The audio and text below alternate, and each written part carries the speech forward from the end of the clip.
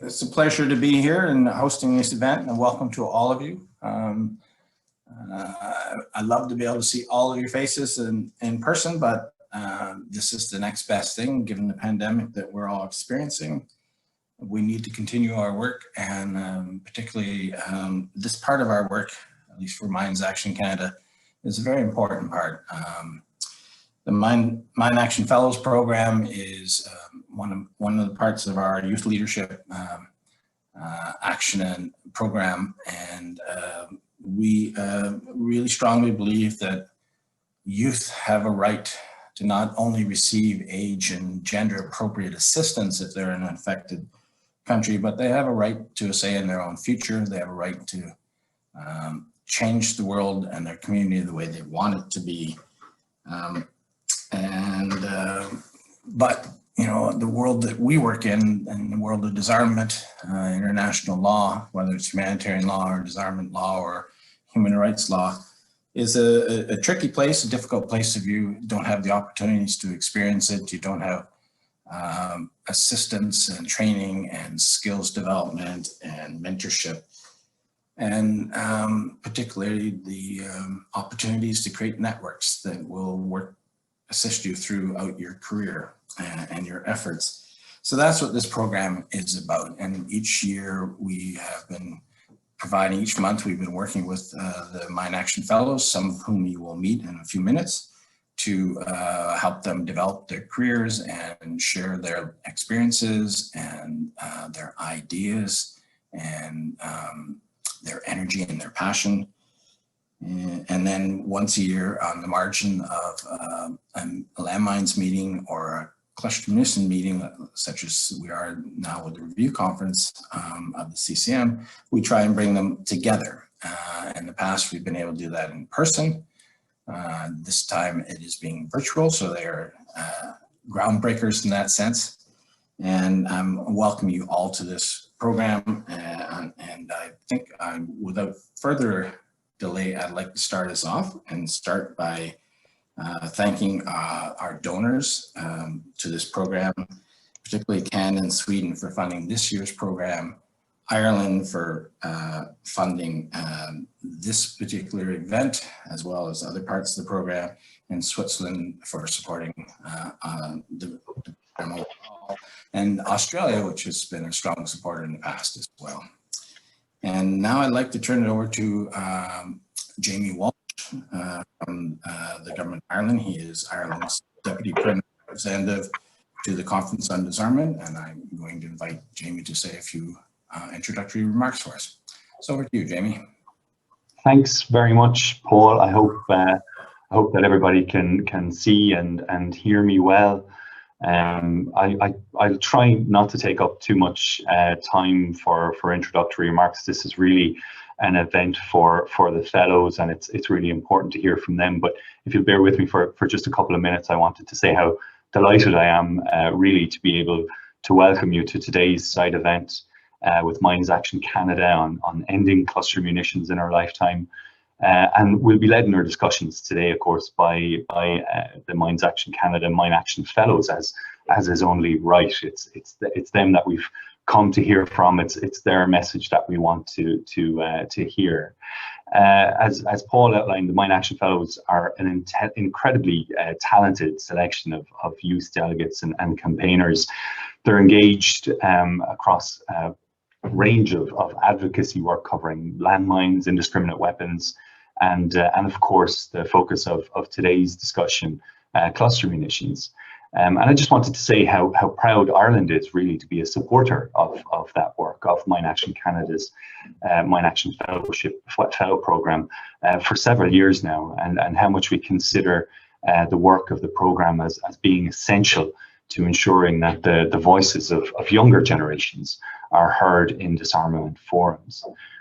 In providing training and development on development and disarmament issues, the program really builds a capacity of youth advocates to engage in awareness raising at the local level, and gives those delegates the opportunities to engage and keep us accountable at the national and the multilateral level.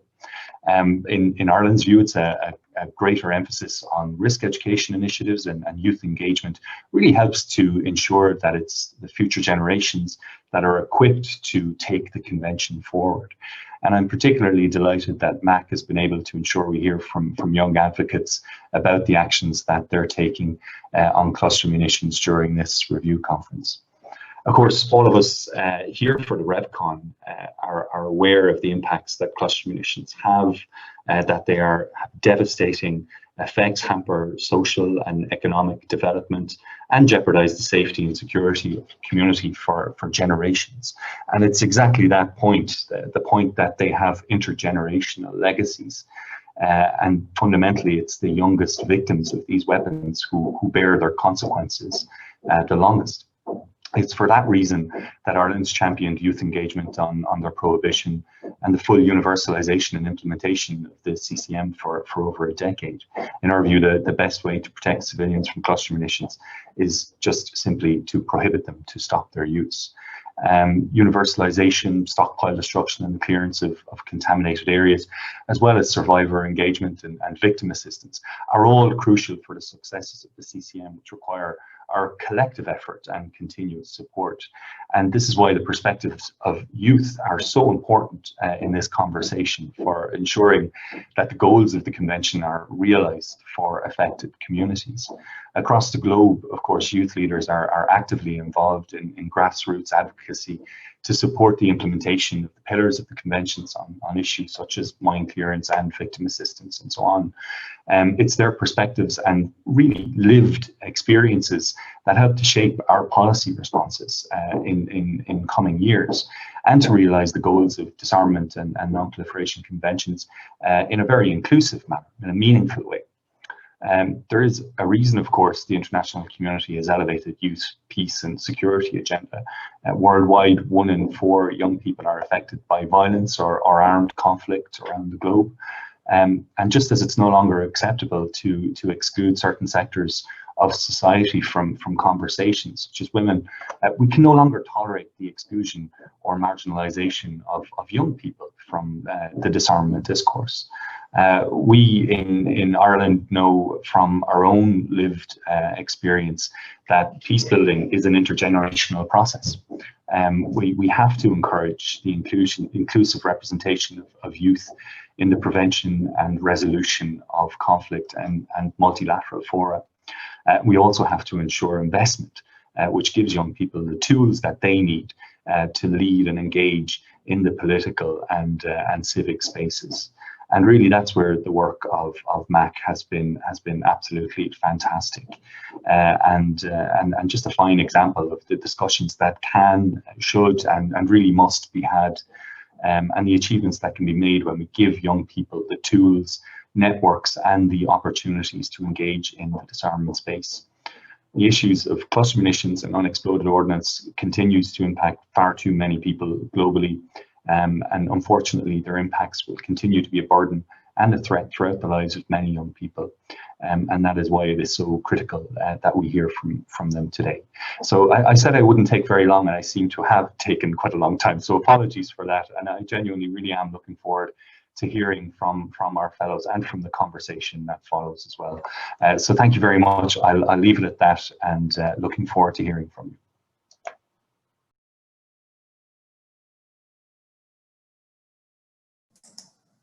Thanks very much, Jamie. And no, you did not take too much time. Those were important words and very much appreciated them.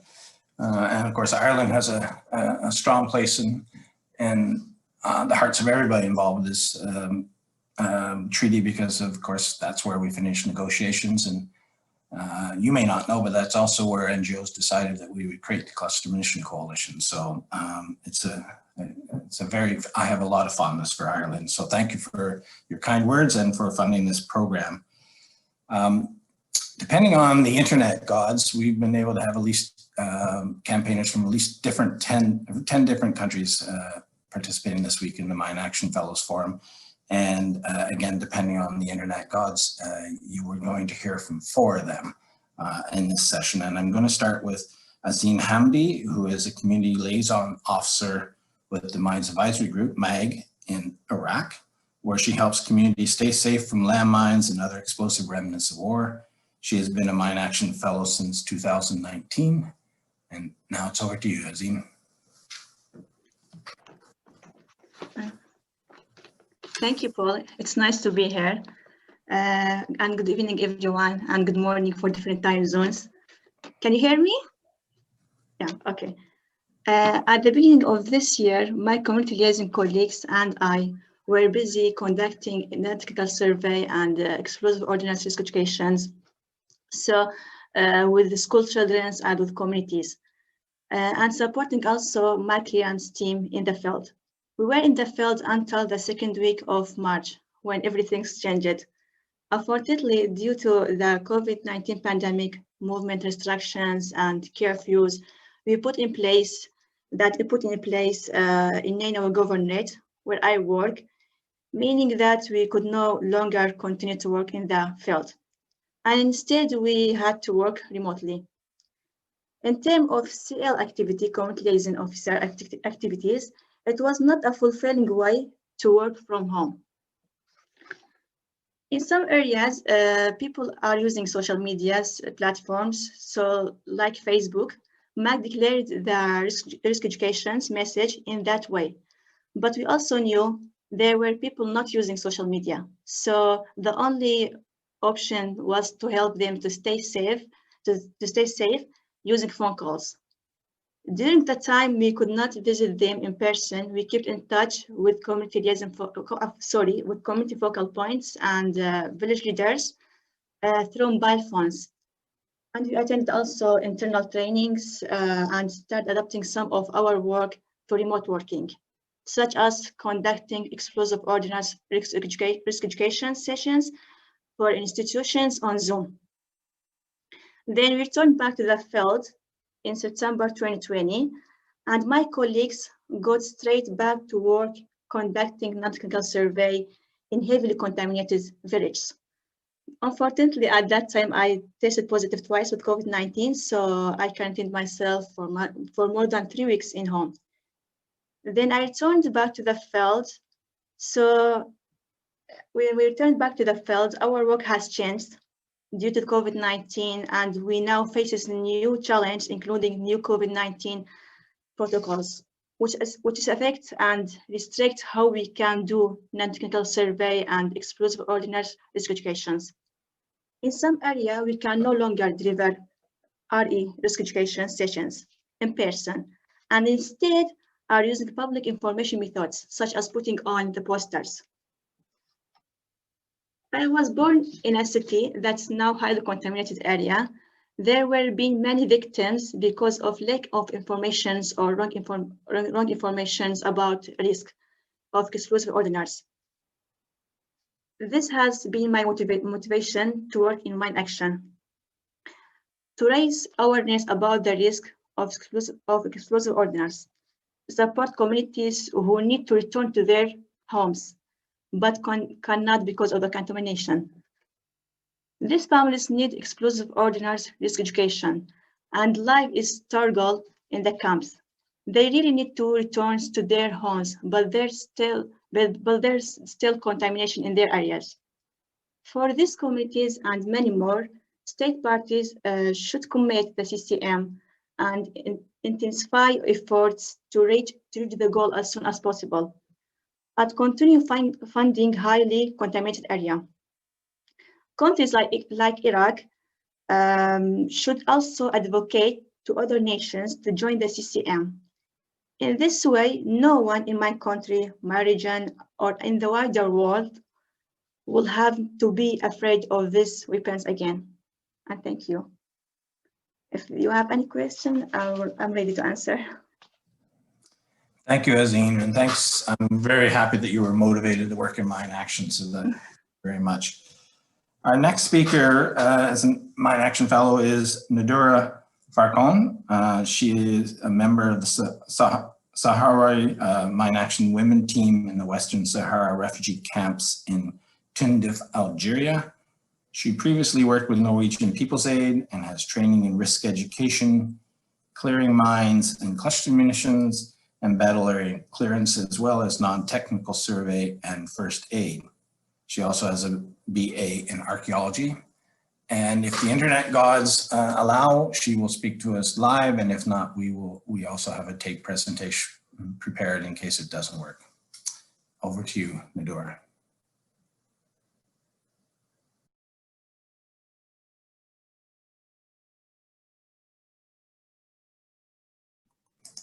I think we're going to use the video.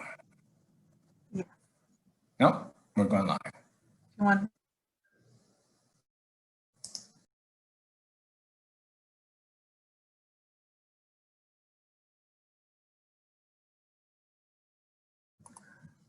Unfortunately, we can't hear you, Ndoruha. We'll put your video on, and then hopefully you can answer questions. Does that work? That's okay? All right.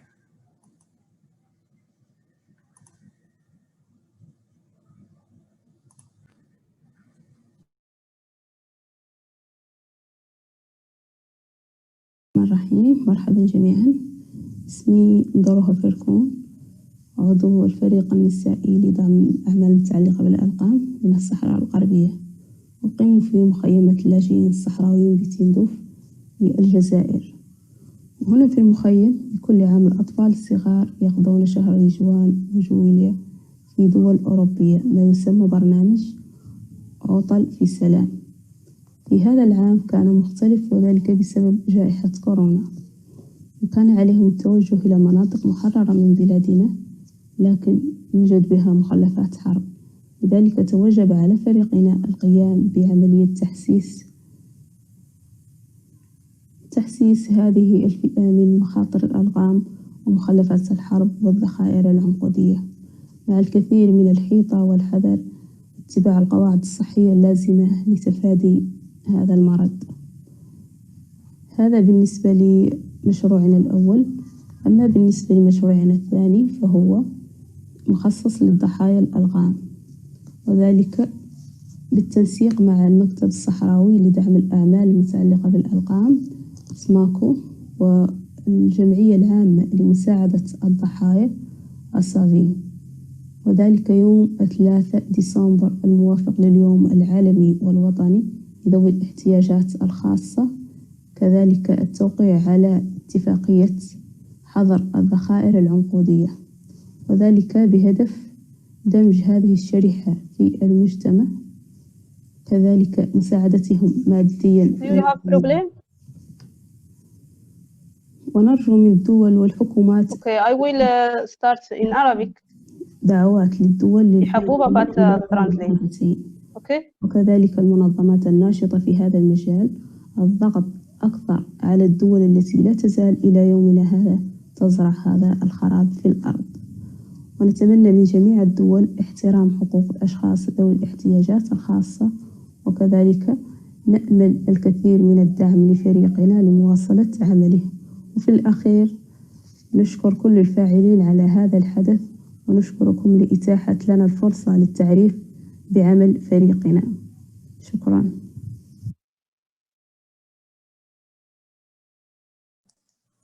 Thank you very much.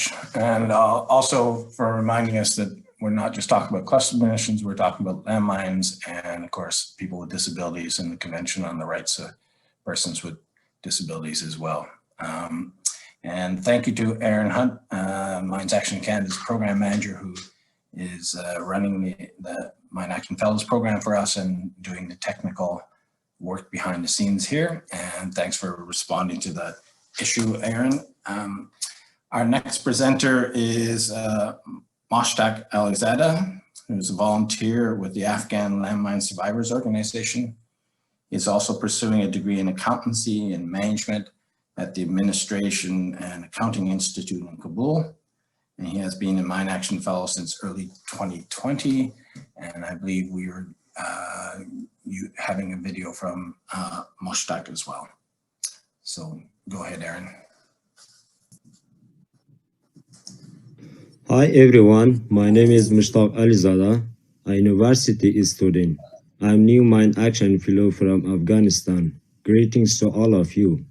I have started volunteering as a youth campaigner in Kabul in 2020. I am new in this campaign and I have a lot to learn. Thank you for giving me this opportunity to tell you about our activities this year. I was very happy to start my campaign earlier this year to raise awareness about the cluster bombs in the capital of Afghanistan, Kabul.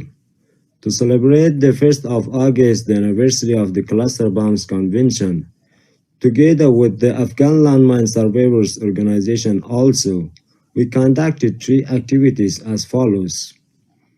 To raise awareness about challenges of cluster bombs and cluster bombs victims and people with disabilities.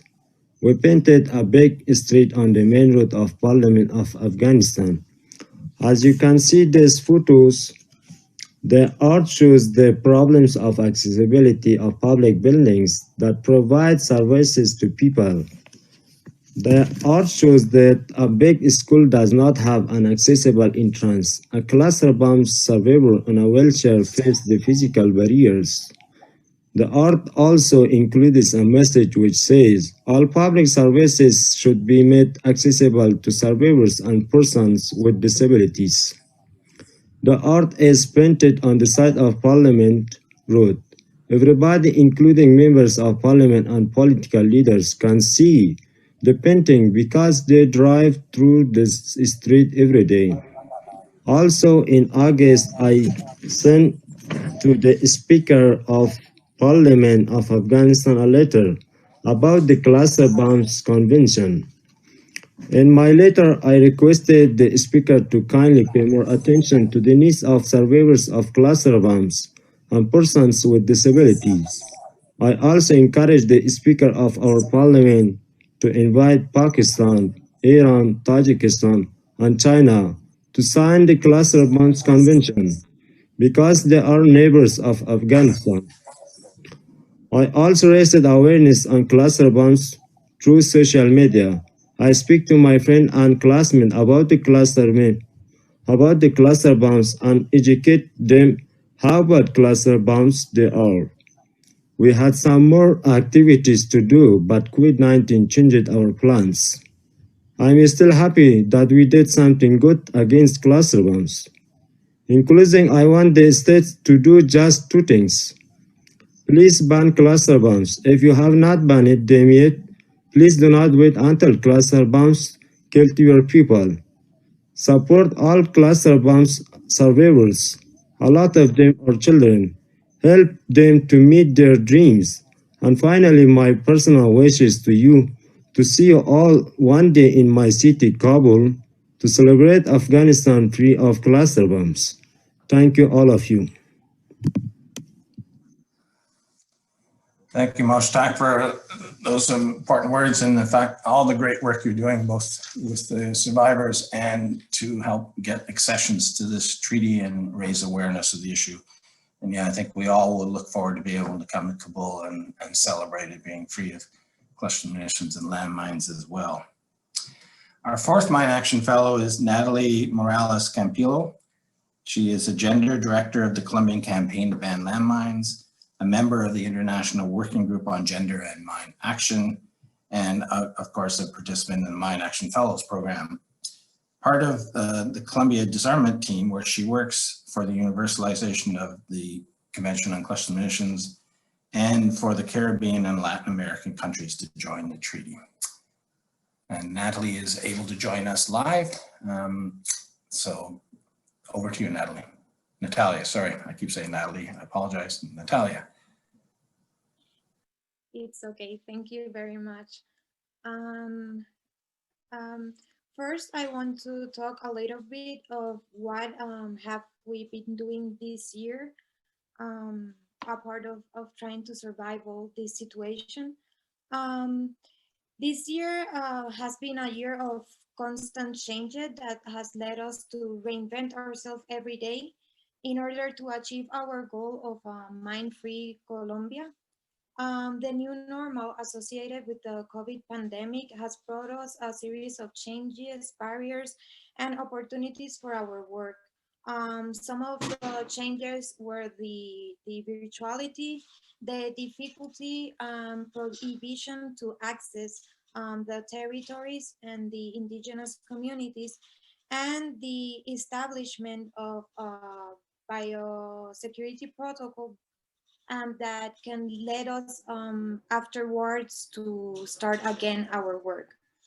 Some of the actions this took away from operational work of the communities and force us to rethink strategies to continue our work and keep the donor support. For 3 months that our operations were stopped due to the pandemic, we dedicated ourselves to hold workshops and activities for our teams, thinking about generating knowledge and capacities, not purely operational, but in a more integrated way. So as part of this, we did workshop and activities of gender, of coexistence, psychological support, victim assistance, risk education, and technical aspects of the standards of Colombia. On gender, which is my area and my favorite topic about disarmament, we work throughout games and dynamic activities to prevent gender-based violence and to work on the divisions of the household chores during the pandemic. We did these activities with the families and the teams, seeking to generate safe spaces from gender-based violence during the pandemic. To share with you, one of our activities was to our staff who put a household chore chart at their home and the names of every persons of their family, and by the end of the day, everyone should have done the same amount of chores. Upon the time when we could restart our operations, biosafety protocol had to be implemented, and that put us some work around logistic that we could manage and eventually start our operations.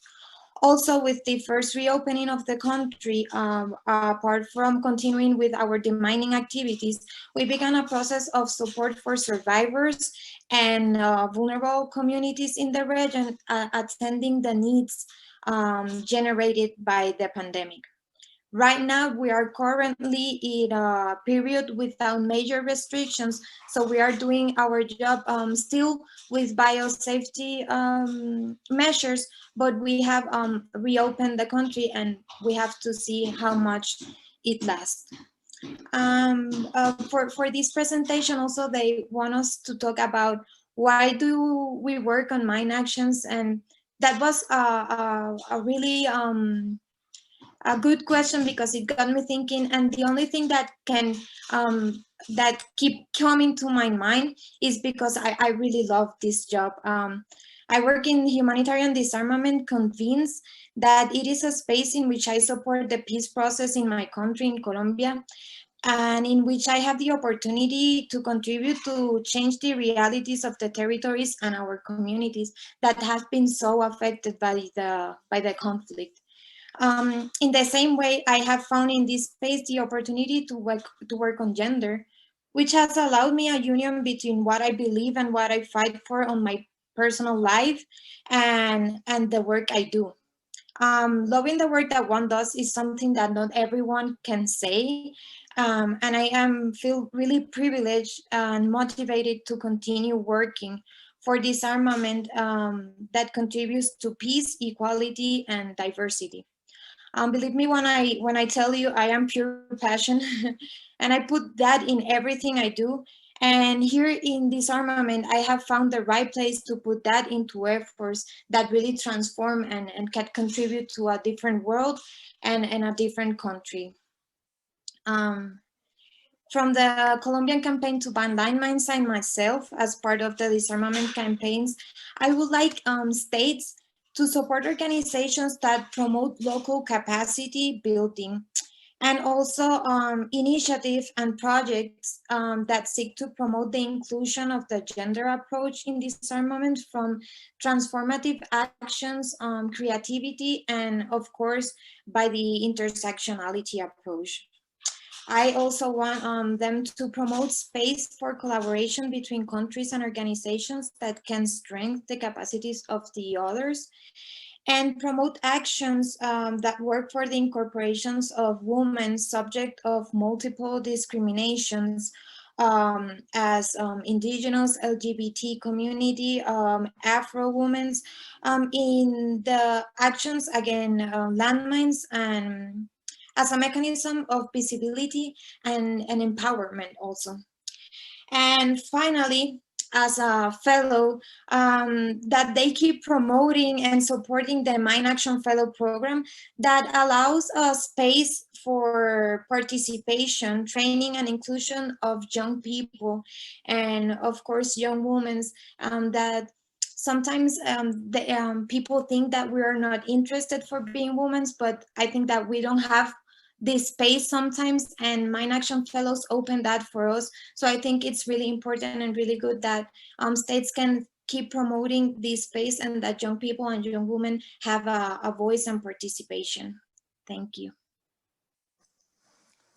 Thank you, Natalia. We're very fortunate that you love the work that you do. That's great. We have some time now for questions and answers.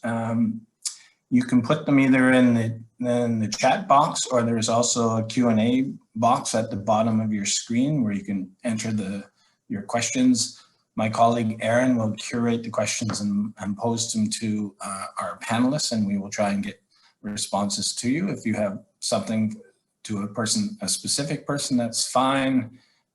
Or you can ask a generic question either about the program or about their work. So I'm going to open it up now to questions, and I'll turn it over to you, I guess, Erin. Thanks, Paul, and thanks to all the fellows for their presentations. We have a question from Alexandra. She says, thank you for your presentations and the fantastic work you do every day. Are there any new approaches for delivering EOR, so explosive ordnance risk education, and reaching communities that you've tried with this during this COVID-19 period that you think we can learn from going forward? So I will turn that over to the panelists. If you have an answer, please turn your cameras back on and speak up. Maybe I will volunteer people to answer. Azheen, would you like to start? Okay, but can you repeat the question, please? Just repeat the question. Yes, just are there any new approaches to risk education that you tried during COVID-19? In some area we cannot deliver risk education, so the only way that we can help people to stay safe, it's by putting up the posters. And also in some area where I spoke about that, in some area we're using social media like Facebook for declared risk education messages. There's only two options more than we do normally. Thank you. Natalia? We have done a strategy that we also use without pandemic, but is using the radio. Here in Colombia, not many people have access to social media or available connections. So local territorial radio emisoras, I'm sorry, I don't know how to say that in English, have been an opportunity for us to get the message to all the areas without violating any biosafety protocol. So radio has been a good ally for us in these periods. Thank you.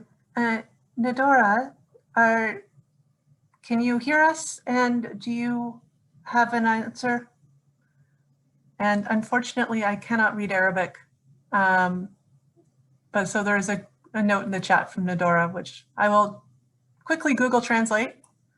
And in the meantime, there's a question in the chat from Pamela from, I think that's Pamela from Chile. She says, thank you to everyone. And her question is, how do you keep up your work in challenging political contexts? So all the regions you represent are facing major social, political unrest. Does this affect your work?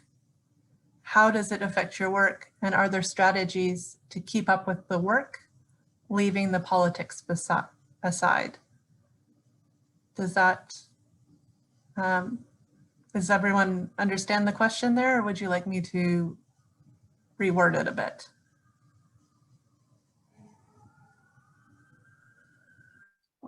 Maybe I could start. I think I understood the question.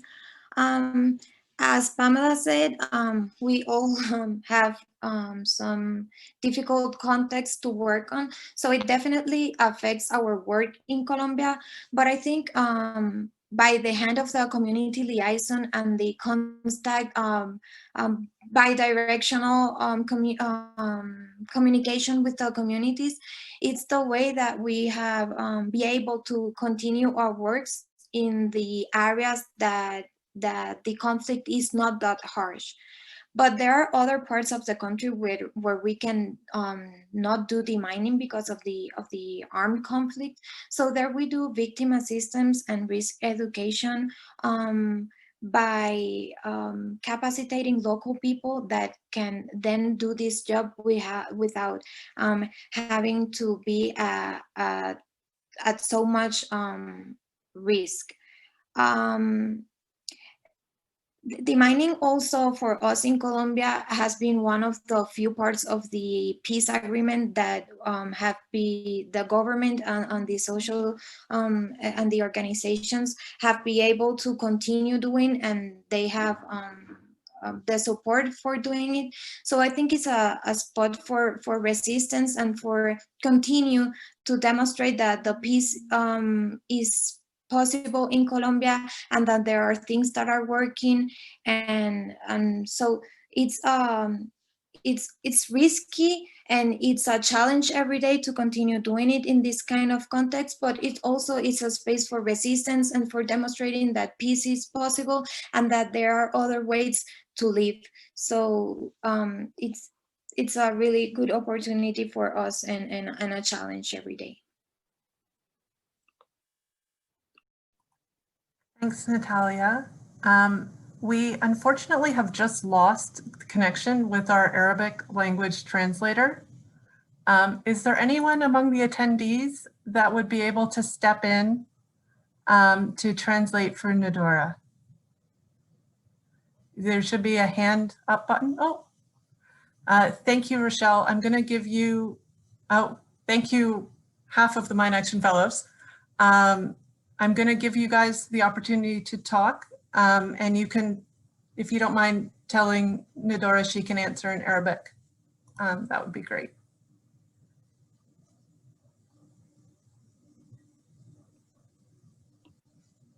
Thank you, Rochelle. Hello, can you hear me? Yes, we can hear you fine.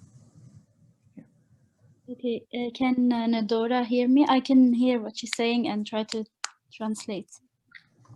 Okay. نعم أسمعك جيدا. تسمعينني؟ ما عم تسمعي. فيك تسمعيني هلا؟ إيه عم بسمعك. أنا رح أسمعك ورح ترجم لهم بالإنجليزي اللي عم بتقولي. خلاص. غالبا بس شوي بليز. أوكي. عندنا السياسة غالبا نتركها على جنب لمواصلة عملنا، وهذه من سياسات فريقنا. ترجمي وبعد شو هي السياسة؟ شو هي السياسة؟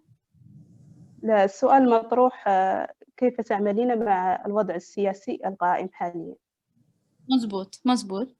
إيه. غالبا السياسة نتركها على جنب لمواصلة عملنا، وهذه Okay, so Ndoruha is saying that they try to keep political matters apart when they are working, because when it clashes with it, it might affect the work. So they try to keep it aside. Okay, Ndoruha.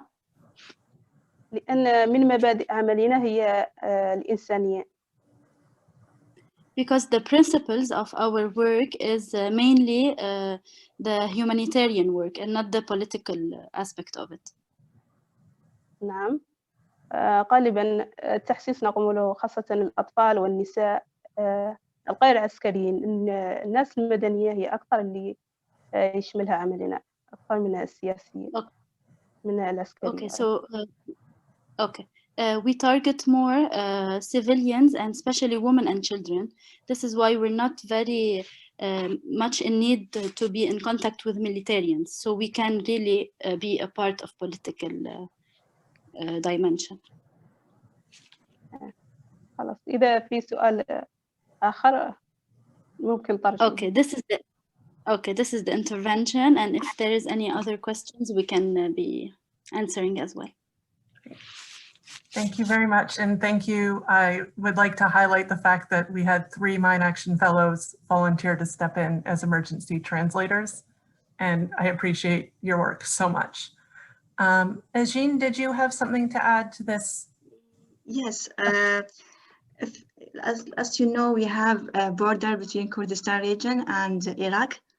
So sometimes because of political context, we cannot get the permission easily. So that's why this make impact on our work sometimes. Thank you. I see we have 2 questions to go. So I'm going to read them together, and then I'll give you a chance to, everyone only gets like 30 seconds or a minute to answer because the review conference is going to start again in 13 minutes.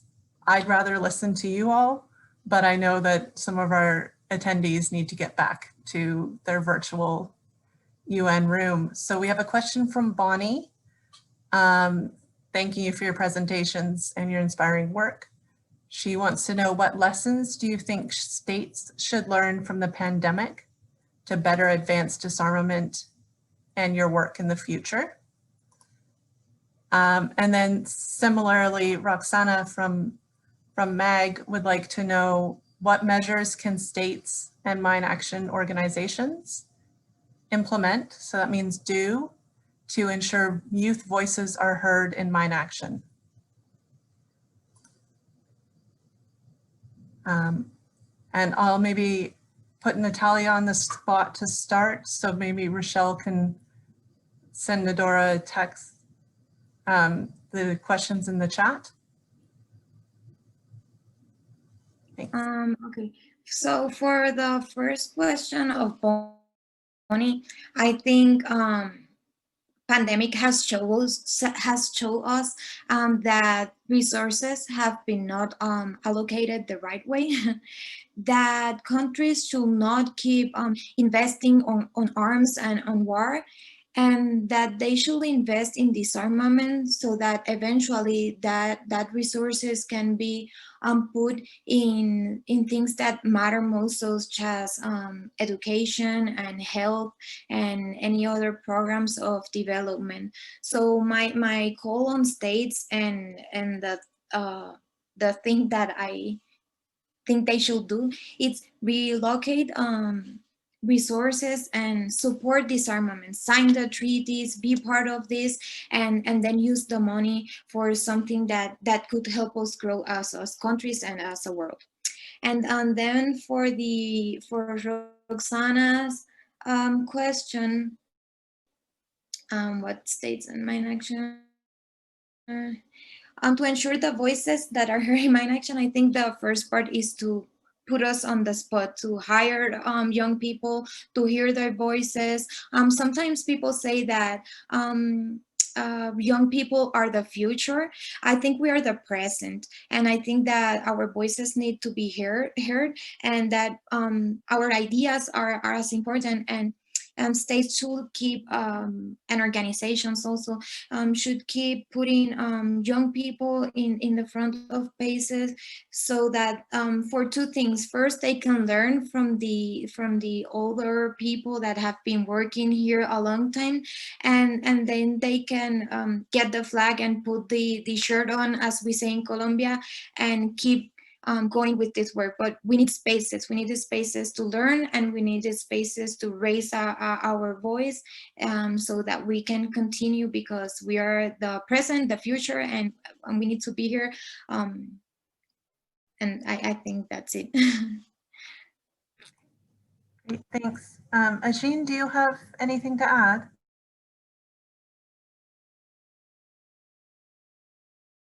No, I don't have any comment. Okay, thanks. And Ndoruha, do you have anything to add? Yes. المترجم هنا. ترجمة. بعت لك السؤال شفتيه بالشات بوكس. ما أريد أن أقوله هو أن البشرية في وباء كورونا فقدت الكثير من الأشخاص. Okay, so Ndoruha is saying that during COVID-19 pandemic, humanity has lost a lot of people from its surrounding. وعلى العالم أن يتعلم ذلك الدرس بنزع هذه الأسلحة والألغام والذخائر العنقودية من الأرض لكي لا يفقد الكثير من البشر لاحقا مع هذا الكوفيد. Okay, and this is the parallelism she wanted to do, because as COVID-19 made a lot of lives been lost, this is the way we should think of disarmament, because it is also leading to the loss of a lot of people around us. Okay. وأظن أن الدول إذا عملنا يد بيد كل الدول مع بعض أكيد راح نخلص البشرية من هذا الوباء الآخر. Okay, and as we are trying to get unified to fight COVID-19, we can, all member states can be unified to fight to advocate for disarmament and to fight this second pandemic that she is calling as a pandemic, the presence of these explosive ordnance. Thank you. Thank you. Well, and thank you all. And thank you, Aaron, and the internet gods for helping us make sure we're able to do all that. And thank you, Rochelle, for jumping in. I greatly appreciate it. We've got the word cloud back up. As I'm going to close this event down, I'd like you to check that out and think about that and think about what you've heard. I think there's a lot of reasons why we should have youth involved in mine action and disarmament, and not just because they are the future leaders, but because they are current leaders as well.